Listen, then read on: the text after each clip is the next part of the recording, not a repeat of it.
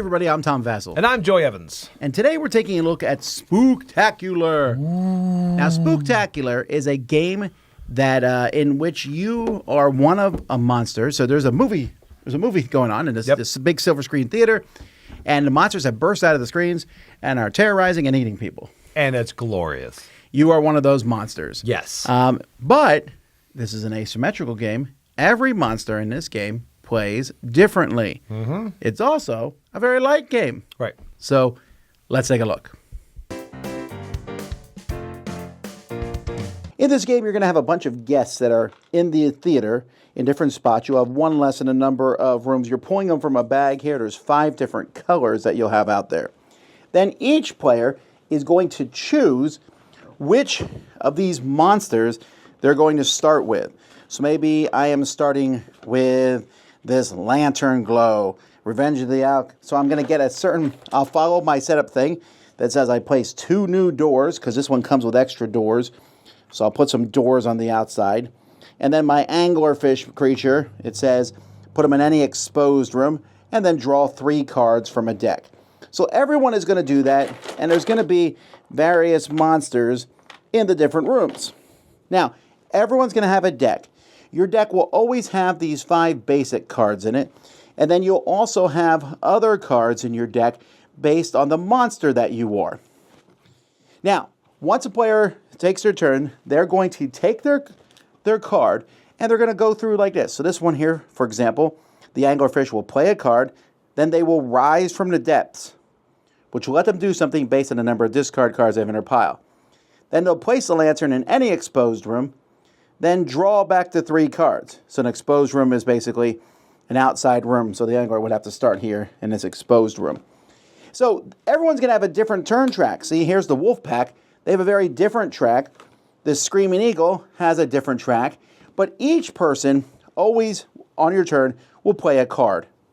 So some of the cards just say move, play a card on them. That's in everyone's deck. There's also add 3 guests. You draw 3 guests from the pile and draw a card.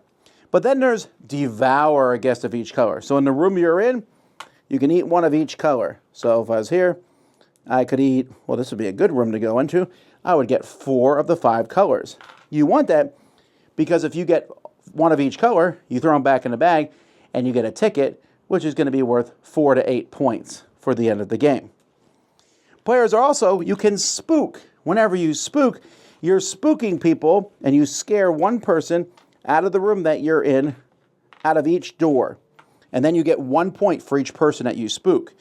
And this card lets you spook twice. You also have a mash, which moves all the monsters in your room, gives you 2 points for each player that you moved. You have a bunch of monsters in your room. You can move them all and get points. Now, those are the very basic cards. There's all sorts of things that can be done with each of the different cards. The anglerfish lets you put out a new door. If you did, devour 2 times in the room you placed it on. Or here, move a figure from each connected room into your room. So there's a lot of different things, and there are 20 different monsters. The Screaming Eagle has their own group of guests that only they can eat. The Wolfpack has 4 different werewolves that are running around. The Lantern Glow, we already talked about him. They're going to deal with their thing, and they have these doors on the outside that they scare people through them. They devour them. What lurks below, hey, these guys get to play 2 cards on their turn. Here we have the Night Slayer, who's going to basically jam and have mashes. Devil's Game here is going to launch different guests. He's basically playing pinball with the guests. The Remover has a weight loss plan where they're moving down this track. The Host of Horror has animatronics. Think Five Nights at Freddy's when you're using him. Killtron 3000 programs his cards. And not only that, if you play the game solo, this is who you play against. Shortling Charles is the monster other monsters are afraid of. He can scare other monsters.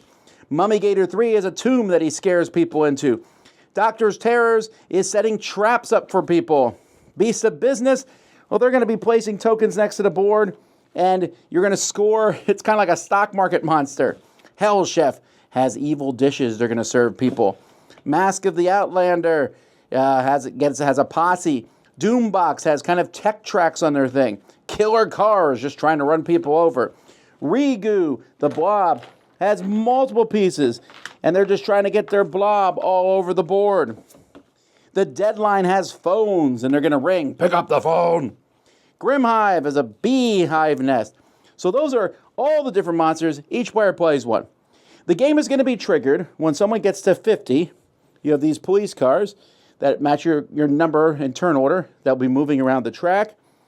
When someone gets to 50, the game is triggered, or when all the tickets run out. At that point, you'll reveal your tickets, add those to your score, and whoever has the most points is the winner.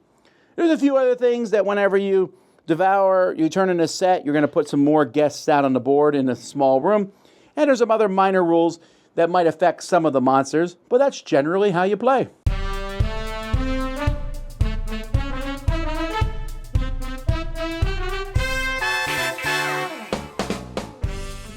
Now, it's kind of funny, this game's from Level 99 Games. It doesn't actually fit their motif normally. They usually are anime-esque with all their games. Right. This is a good production. I'm tired of these giant, overproduced games. I agree. This one's not. It has these really cool screen-printed meeples for the monsters. It has cards and then just meeples for the people. Yep. It's not overly done, and it works for me. I like the art, the whole vibe, this whole creepy black and white or, 60s movies, horror movies, is done hardly ever in board games. I agree. I mean, the biggest one is the Horrified, right? Right. But there's almost none. They almost always concentrate on zombies or Cthulhu or blood and guts, which, by the way, parents, there's like no blood and guts here. The worst thing is, I devoured you, and it's a meeple. So I just, the theming of this is really near and dear to my heart. I agree. And the whole thing is, like you mentioned, the fact that you can shove so many monsters in here still outside the box. It blows your mind, And again, you play with the family because you're really just a car picking up passengers. I mean, parents have seen Christine. They're never getting out. But it's like, man, it's just so but good. this is the horror game I could play with, teenagers, young or tweens or whatever, and be like, Christine's running people over. And I was like, ooh. And you don't get, it's not scary. Nope. And it just is fun.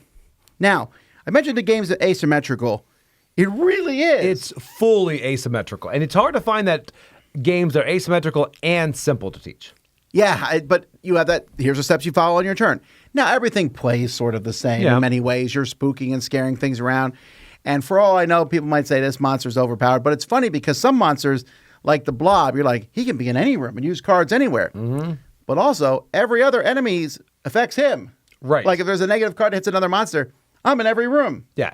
And there's a balance with that, too. And that's one thing that's great about this. There are many times I've played it at Dice Tower West, and then somebody will sit down like, you know what? I'm going to try Mummy Gator. I'm going to try something else. And it's you feel like you're playing a different game. So I initially set it up. We put it in a hot games area. I initially set it up so that there was just 4. The monsters are separated by like easy, intermediate, advanced. Yes. I put 4 easy, and after a while I was like, you know what? Even the advanced monsters aren't that complicated. And then just let people pick their monsters. And it was fun. I played as or against almost every monster. My favorite is the telephones. I love the pick telephone. up the phone. I like saying that. But I also like the weight loss. Oh, I've not played that one yet. But it's fun because you're moving on track. But like if you like programming, play the robot. Yes. If you like technology, you want to play the boombox. Right. And the simpler ones, like the car, where you go and pick up passengers. As you pick them up, you're going to get those abilities where you put the passengers. And it's just, man, which one do you like the best? I play the car the most. You played the car multiple times? I have. I don't know why. I play a different one every time I play. I don't know why. I guess I go with the car because at West, the car was always out there. Mummy Gator is interesting to me. It's very hard to play that, to get that people in that tomb, but I find it very interesting. Yeah, so it's a really solid game. I'm not going to pretend that the game is particularly balanced. I've seen blowouts a lot. Right. I'm not going to say that it's particularly heady or thoughtful. No. There's some choices to make as you scare things, to play the right card in the right order. But there's a lot of stuff that happens between your turns, so you don't know what's going to be where. It's just fun. This is the kind of game that should be sold at Walmart. I agree. That's where it hits. It's just, you sit there and you're just having a great time. I will say, it does not play well at 5. I think very few games do. It probably should say to 4. I think 3 or 4. I agree. 4 is where this should max out at. Oh, it's such a good 4-player game. It really is. I will say one minor thing I don't love I think it's really neat that you have the police cars circling the Right, board yep. as a scoreboard, and they're Yep. numbered 1 through 5 to match the player numbers. You have one in front of you, so everyone knows, and one on the board. Yeah.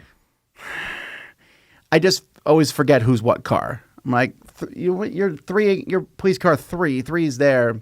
I almost wish Right. there was a monster scoring marker instead. Something more 3D to move around. Yeah, maybe. That's my only minor complaint there. What would you give it? I'm coming in at a 9 on this, and it's funny how I was like maybe go later, but I realized I've played this so many times. So I mean, there are very few games that I say maybe it's the fact it's 40 minutes, and it actually is 40 minutes, or the fact that you can just get done and run it back and do it again. And you feel like it get a different game. I love this. This is the thing that I wanted. This is what I want out of different studios, and they come out and say we have this horror game, and I'm always let down.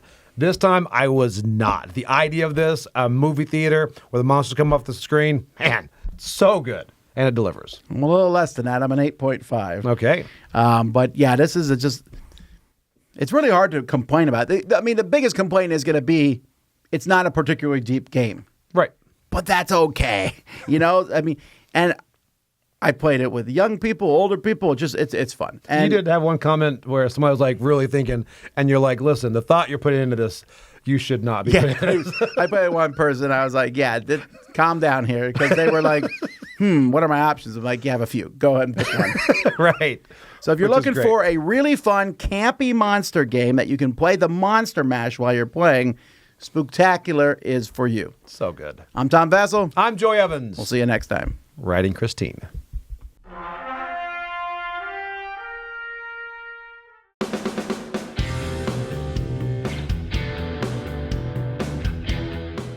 Hey everybody, thanks for watching this video. If you like this review or whatever you just watched, wasn't it amazing? Check out our channel, Dice Tower. We have all kinds of things. We review games, we do top 10s, we play games live. It's all about board games, but especially the people who play them. Check out Dice Tower YouTube channel.